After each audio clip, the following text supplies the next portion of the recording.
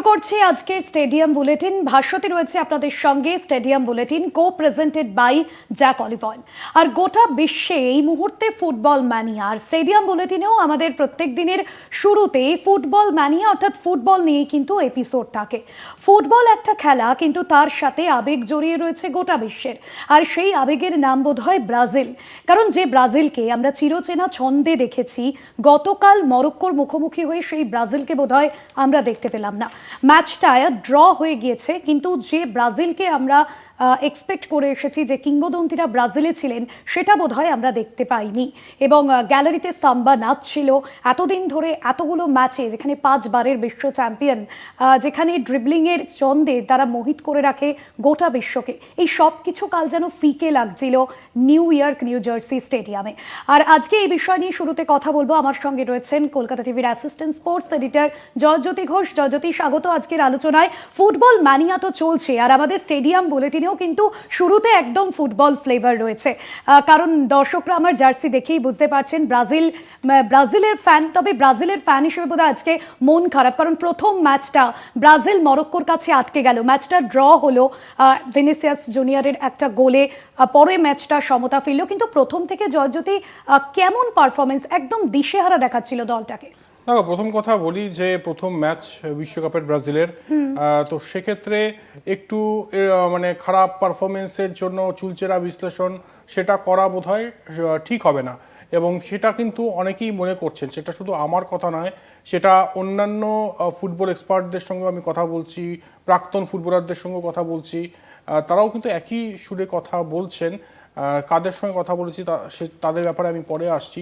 তবে প্রথম কথা হচ্ছে, এই ব্রাজিলের ম্যাচ মানে মোরক্কোর বিরুদ্ধেও ভুলে গেলে চলবে না, এই মোরক্কো গত বিশ্বকাপ কিন্তু মাতিয়ে দিয়েছিল, এবং এতটাও মানে সহজ প্রতিপক্ষ এই মোরক্কো ছিল না।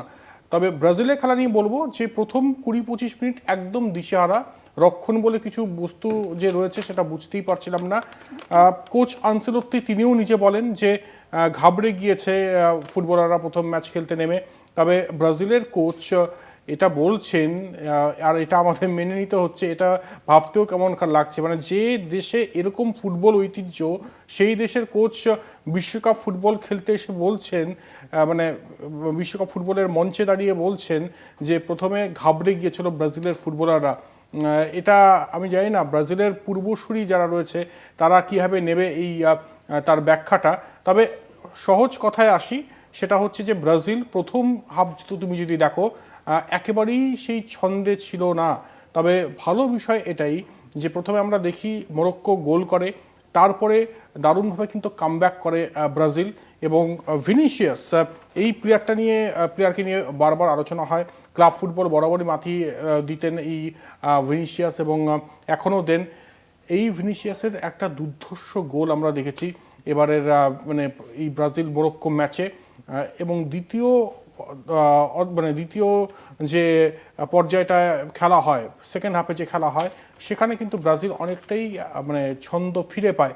তাই এটাই বলার যে তুমি ব্রাজিলের সমর্থক, তোমার জার্সি দেখে বোঝা যাচ্ছে, হতাশ হওয়ার কিছু নেই, এটা জাস্ট বিগিনিং এবং এখনও অনেক কিছু বাকি। তবে আমি এইটুকু বলে রাখি যে ব্রাজিল কিন্তু বিরাট ভালো ছন্দে ছিল না। আপনারা যদি যোগ্যতা অর্জন পর্বের ম্যাচগুলোতেও দেখেন, সেখানেও ব্রাজিল যে আহামরি ছন্দে ছিল তা একেবারেই নয়। মানে অনেক ম্যাচ হেরেছে ব্রাজিল, আর সেখান থেকে কামব্যাক করতে গেলে একটু টাইম লাগে। সবাইকে অবাক করে দিয়ে ব্রাজিল আবার 2002-এর পর বিশ্বকাপ জিতবে কিনা সেটা সময় বলবে। তবে এইটুকু বলে রাখি, প্রথম ম্যাচ দেখে চুলচেরা বিশ্লেষণ না করাই ভালো। মানে ওই সাম্বা ম্যাজিকটা আসতে একটু টাইম লাগবে যা মনে হচ্ছে। ব্রাজিলের একটা ঐতিহ্য রয়েছে, নেইমার খেলেনি, সেটার একটা অভাব অনুভূত হয়েছে অবশ্যই। এবং যারা এই ব্রাজিলের ফ্যান্স, আমি শুনছিলাম ইউএসএ থেকে আমার একটা বন্ধুর সঙ্গে কথা হচ্ছিল আজকে সকালে, এবং তিনি যেটা বলছিলেন যে ইউএসএতে ব্রাজিলের ফ্যান্সরা বিভিন্ন জায়গায় ঘাঁটি গেড়েছে এবং তারা আনন্দ করছে, মজা করছে, এবং তাদের স্বপ্নে কিন্তু এখনও সেই নেইমারের তুমি যদি পারফরমেন্স দেখো, আহামরি কিন্তু কিছু নয়, কিন্তু তাও এই মানুষটিকে ঘিরে তাদের যাবতীয় স্বপ্ন, এবং তারা মনে করছে যে ব্রাজিল ভালো পারফরমেন্স দেবে এবং ভালো কিছু করবে। তবে প্রথম ম্যাচ যেটা হলো সেটাতে এইটুকু বলতে পারি যে ব্রাজিল আটকে গিয়েছে মরক্কোর কাছে। তবে এইখান থেকে শিখতে হবে। আমরা আগের বিশ্বকাপের কথা যদি বলি, আগের বিশ্বকাপেও কিন্তু এরকম হোঁচট খেয়েছে আর্জেন্টিনা, তারপর সেখান থেকে তারা কামব্যাকও করেছে।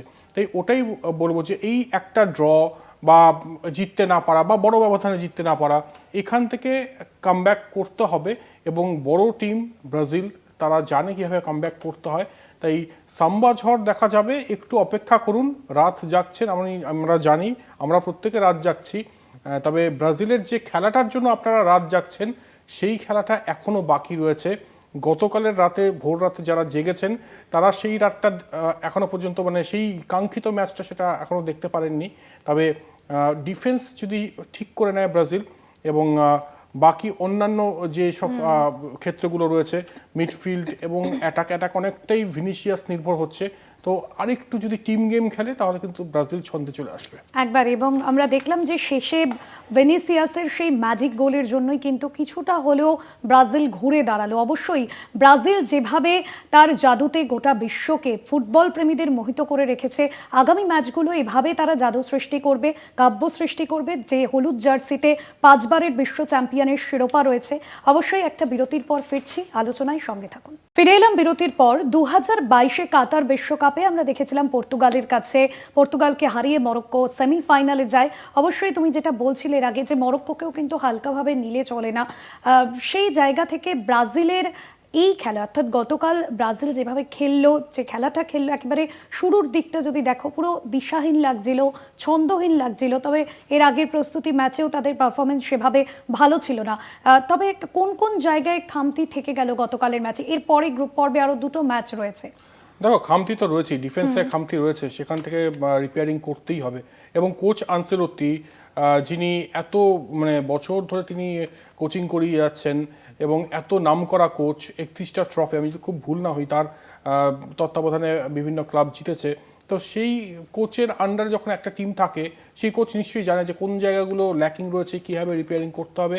তবে এই ব্রাজিলের যে আমরা মানে সমালোচনা করছি, এবং পজিটিভ সমালোচনা, এটা নেগেটিভ সমালোচনা নয়, আমরা কিন্তু যাদের সঙ্গে কথা বলেছি, যে প্রাক্তন ফুটবলারদের সঙ্গে, তারা কিন্তু আশাবাদী এবং তারা মনে করছেন যে এই ব্রাজিল টিম ঘুরে দাঁড়াবে এবং যথেষ্ট ভালো টিম এই ব্রাজিলের। ডিফেন্সও ভালো। প্রথম ম্যাচ দেখে হয়তো বিচার করা সঠিক হবে না, এটা তারা বলছেন। আমরা কলকাতা টিভি কথা বলছিলাম প্রাক্তন ফুটবলার মোহাম্মদ রফিক, যিনি অ্যাটলেটিকো দি কলকাতাকে একটা সময় চ্যাম্পিয়ন করেছিল, এবং তিনি আমাদের সঙ্গে এক্সক্লুসিভলি কথা বলেছেন এই ব্রাজিল ম্যাচ নিয়ে। ব্রাজিল ম্যাচ বিশ্লেষণে মোহাম্মদ রফিক কি বললেন শোনাবো। ব্রাজিলকে খারাপ লাগেনি, ভালো লেগেছে। হাই প্রেস করছিল, ভালো লেগেছে। যদি আর একটু কন্ট্রোল করতে পারতো গেমটা, মনে হয় আরো ভালো হতো। একটু আমরা নেইমারকে মিস করছিলাম খুব। ডিফেন্সকে কি একটু নড়বড়ে মনে হয়েছে প্রথম 15 মিনিট? হ্যাঁ, প্রথম 10-15 মিনিট একটু নড়বড়ে মনে হচ্ছিল। হ্যাঁ, কারণ হচ্ছে কিনা, এটা এটার কারণ হচ্ছে কিনা, প্রথম ম্যাচ, কোন সব টিম ওয়ার্ল্ড কাপ খেলতে নামছে, সব টিম প্রেসারে আছে, তার জন্য হয়তো এটা হবে। কিন্তু আমার মনে হয় one of the best defence Brazil টিমের রাইট নাও। দুটো স্টপার, একটা আর্সেনাল, একটা হচ্ছে প্যারিসের, খুব ভালো টিম। একটু টাইম দিতে হবে টিমটাকে, ভালো টিম, খারাপ না। আর ভিনিসিয়াসের পারফরমেন্স, একটা দুর্ধর্ষ গোল করেছেন, তবে কোথাও কি মনে হচ্ছে যে একটু বেশি ভিনিসিয়াস নির্ভর হয়ে পড়ছে ব্রাজিল? দেখো, আমার মনে হয় ব্রাজিল টিমটা যেমন টিম, নির্ভর বলতে তেমন কিছু না। কারণ এই রাইট নাও ব্রাজিল টিমে ওই একটু গোল করার মতো জায়গায় রয়েছে, কিন্তু রাফিয়ানা সেইভাবে মেলে ধরতে পারছে না ব্রাজিল টিমকে। হ্যাঁ, মানে দেশের হয়ে পারছে না। কারণ এর আগে একটা প্রীতি ম্যাচে ভিনিসিয়াস ভালো গোল করেছে একটা, কালকেকার ম্যাচের গোলটা অসাধারণ ছিল। সেখানে দাঁড়িয়ে প্রেশারটা ওদের ওপরে চলে আসে। যদি নেইমার এই টিমটায় ঢুকে যায়, পুরো ফোকাসটা যখন নেইমারের ওপরে থাকবে, তখন রাফিয়ানা, ভিনিসিয়াস অনেক ফ্রি খেলবে, আর আমার মনে হয় অনেক পজিটিভ হবে ব্রাজিলের দিকে। শেষ প্রশ্ন। হ্যাঁ, কারণ এখন পুরো প্রেশারটা ব্রাজিল টিমের ভিনিসিয়াস আর রাফিয়ানার উপরে পড়ে আছে, ওই জন্য ওদের পারফর্মটা অত ব্রাইট হচ্ছে না। সেখানে সেখানে দাঁড়িয়ে সেখানে দাঁড়িয়ে যদি নেইমার টিমে থাকে, তাহলে পুরো ফোকাসটা অপোনেন্ট টিম নেইমারকে নিয়ে ভাবতে থাকবে, তখন এরা দুজন ফ্রিতে অনেক ভালো কাজ করতে পারবে। কোচ আনচেলত্তির স্ট্র্যাটেজি নিয়ে কি বলবে? সবসময় উনি তো one of the best coach হুম ইউরোপে বলতে গেলে চলে। মানে উনি ডেফিনেটলি প্ল্যান ছাড়া খেলবে না, কারণ এতদিন রিয়াল মাদ্রিদকে সাফল্য দিয়েছে। হ্যাঁ, হুম তাতে সেখানে দাঁড়িয়ে ওনার হাতে যে টিম রয়েছে, আমার মনে হয় চ্যাম্পিয়নের দাবিদার ব্রাজিল এবার। ব্রাজিল নিয়ে তো আমরা কথা বললাম, অবশ্যই পরবর্তী যে ম্যাচগুলো রয়েছে ব্রাজিলের, সেখান থেকে আমাদের এক্সপেকটেশন থাকবে। তবে আজকে রাতের যে ম্যাচ রয়েছে বলা যায় মহারণ রয়েছে। নেদারল্যান্ডস একদিকে, জাপান এবং অন্যদিকে জার্মানি এবং কুরেসাও। জার্মানি আর কুরেসাওয়েতেই আসবো প্রথমে। যা যদি খুব ইন্টারেস্টিং এই ম্যাচটা হবে আজকের। জার্মানি তো রয়েছে, জার্মানি প্রস্তুতি ম্যাচগুলো ভীষণ ভালো খেলেছে, 9টি ম্যাচ খেলেছে, 9টি ম্যাচই তারা জিতেছে। আর অন্যদিকে কুরেসাও, যেখানে 1.5 লক্ষ মানুষের বসবাস এবং এই প্রথম তারা বিশ্বকাপে অংশ নিচ্ছে। ওটাই মানে আমি দেখছিলাম যে 1.5 লক্ষ মানুষের বসবাস যেখানে, সেই দেশ ওয়ার্ল্ড কাপ খেলছে, আর আমরা 150 কোটিতে যাচ্ছি। আমরা কবে ওয়ার্ল্ড কাপ খেলবো আমরা জানি না। তো যাই হোক, খারাপ লাগা রয়েছে। এত ছোট্ট একটা দেশ ওয়ার্ল্ড কাপ খেলছে, সত্যি তাদেরকে নিয়ে গর্ব হচ্ছে। কুরাসাও মুখোমুখি হচ্ছে প্রথমেই জার্মানি, সেই জার্মানি যে জার্মানি 2014-তে চ্যাম্পিয়ন হয়েছিল আর্জেন্টিনাকে হারিয়ে। এই জার্মানি তারপরের দুটো বিশ্বকাপ কিন্তু একেবারেই ভালো খেলতে পারেনি, একদম ফার্স্ট রাউন্ডেই তাদের বিদায় নিতে হয়। তাই এবার একটা দারুণ শুরু করার কিন্তু সুযোগ থাকছে জার্মানির সামনে। জার্মানি বললে অনেক ফুটবলের নাম মনে পড়ে, তবে এই মুহূর্তে যিনি কোচ রয়েছেন তিনি মনে করছেন জার্মানি ভালো ফুটবল খেলবে। এবং তুমি যেমনটা বললে যে ভালো ছন্দে রয়েছে, কোনো টিম যদি ছন্দে থাকে সেটা কিন্তু রিফ্লেক্ট করে সবুজ গালিচায়।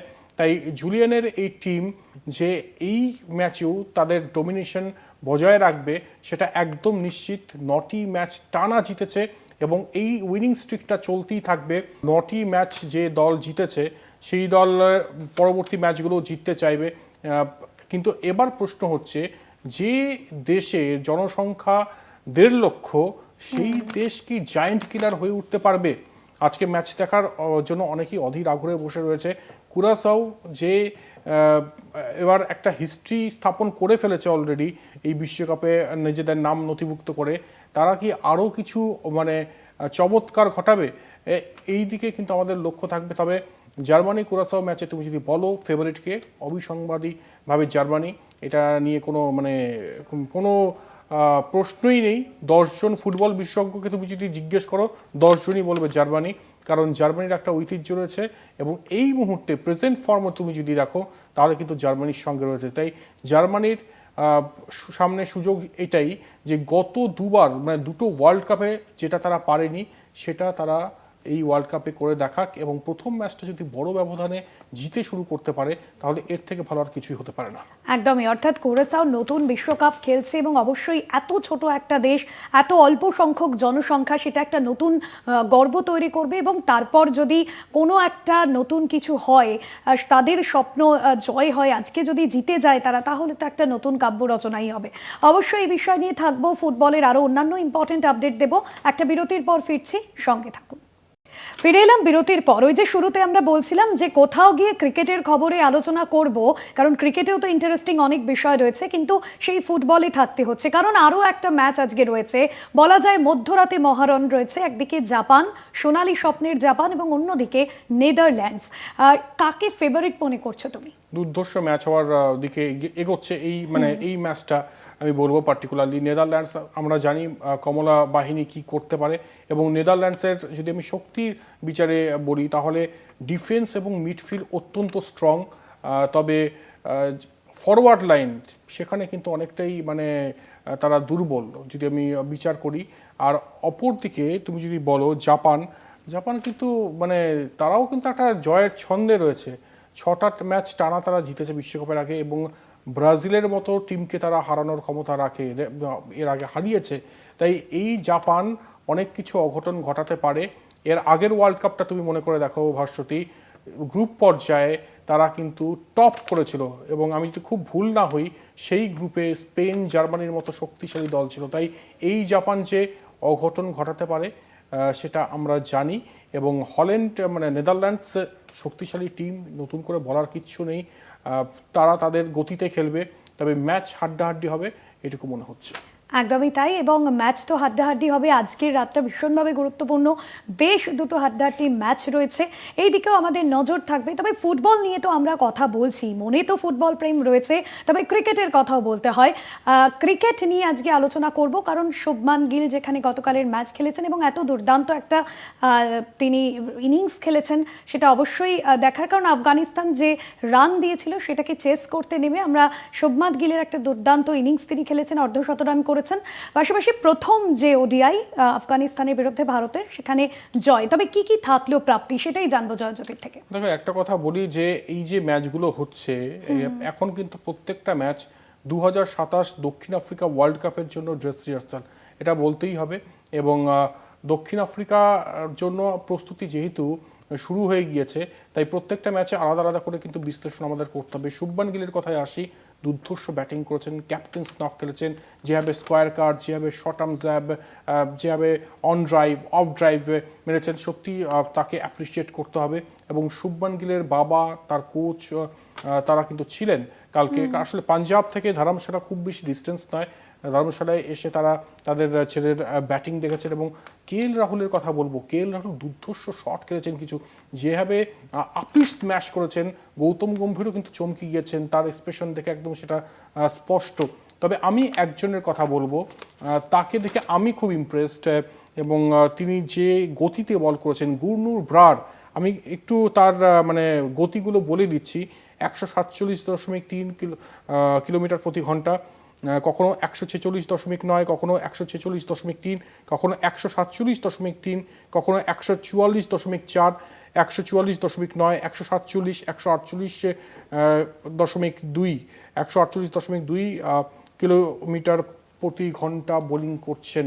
অর্থাৎ বুঝতে পারছেন যে এরকম একজন ফাস্ট বোলার আমরা কিন্তু পেয়ে গিয়েছি। কালকে তার ডেবিউ ম্যাচ ছিল, এবং ডেবিউ ম্যাচে যেভাবে তিনি যে গতিতে বল করে গিয়েছেন, 140 প্লাসের মানে ধারাবাহিকভাবে তিনি বল করে গেছেন, তাতে পরিষ্কার বলা যায় যে নতুন তারকা আসতে চলেছে, এবং এই তারকার নাম গুরনুর ব্রার। একদমই। এবং এবার একটু আসি বেঙ্গল টি20 লিগে। তুমি এর আগে একদিন এপিসোডে বলছিলে যে এই লিগ থেকে কিন্তু অনেক আগাম ক্রিকেটাররা উঠে আসে, সেখানেই মহিলা ক্রিকেটাররা দাপিয়ে খেলছেন। একেবারেই মহিলা ক্রিকেটাররা দাপিয়ে খেলছেন, এবং একজনের নাম নেব, সুজাতা দে। দুর্ধর্ষ পারফরমেন্স দিয়েছেন। আমি একটু বলে রাখি যে অ্যাডামাসের হয়ে তিনি মানে ব্যাটিং করেছেন, এবং অ্যাডামাস হাওডার হয়ে ব্যাটিং করেছেন। আর যা তার ট্র্যাক রেকর্ড, আমি একটু বলে রাখি যে তিনি প্রথম মানে মহিলা ক্রিকেটার যিনি 100 রান করেছেন বেঙ্গল টি20 লিগে। 112 রান করেছেন 53 বলে, 14টি 4, 5টি 6। আরও রিচা ঘোষ আসবে, মানে এটা নতুন নয়। এই বেঙ্গল টি20 লিগের মাধ্যমে আরও রিচা ঘোষের মতো ক্রিকেটাররা বেরোবে। এই সুজাতা দে তার পরবর্তী সংস্করণ কিনা আমরা জানি না, তবে তার যা ব্যাটিং, তিনি কিন্তু মন্ত্রমুগ্ধ করে দিয়েছেন না গোটা ক্রিকেটের স্বর্গোদ্যানকে, নন্দনকাননকে। তাই এরকম ব্যাটিংটা চলতে থাকুক, কারণ আরও এরকম তারকার অপেক্ষায় আমরা। একদমই। আর টি20 লিগ থেকেই তো অনেক তারকারা উঠে আসে। আজকে আমরা আলোচনার শেষে রয়েছি, ফুটবল ক্রিকেট নিয়ে তো কথা বললাম, তবে আজকে স্পেশাল কি থাকছে? আজকে স্পেশাল এটাই যে একদম মানে আমার মনে পড়ছে দক্ষিণ আফ্রিকার কথা। দক্ষিণ আফ্রিকা 1998-তে শেষবার আইসিসি টুর্নামেন্ট জিতেছিল, তখন হ্যান্সি ক্রোনিয়ে ক্যাপ্টেন ছিলেন। তবে এবার মানে আজকের দিনে তুমি বলছো স্পেশাল কি, 2025-এ আজকের দিনে দক্ষিণ আফ্রিকা অস্ট্রেলিয়াকে হারিয়ে WTC ফাইনাল জিতেছিল টেম্বা বাউয়ার ক্যাপ্টেন্সিতে। তাই এটা বিরাট জয় দক্ষিণ আফ্রিকার জন্য, অনেক বঞ্চনার জবাব, এবং সাউথ আফ্রিকান ক্রিকেটের নবজাগরণ বললে বোধহয় অত্যুক্তি হবে না আজকের দিনই 2025-এ। একদমই তাই। এবং আজকের বিষয় নিয়ে তো আমরা কথা বললাম, তবে আজকে স্টেডিয়াম বুলেটিন আমাদের এখানেই শেষ করতে হচ্ছে। অনেক ধন্যবাদ জানাবো জয়জ্যোতি। ফুটবল বিশ্বকাপের প্রত্যেক দিনই নানান এক্সক্লুসিভ বিষয় নিয়ে আমরা কথা বলবো। ফুটবল ফ্লেভার যেরকম আপনাদের মনে, স্টেডিয়াম বুলেটিনেও থাকছে ফুটবলের নানান ফ্লেভার, আর সেই ফ্লেভারের সাথেই আজকে শেষ করতে হচ্ছে স্টেডিয়াম বুলেটিন। অন্যান্য খবরের জন্য দেখতে থাকুন কলকাতা টিভি রাত 3-7 দিন।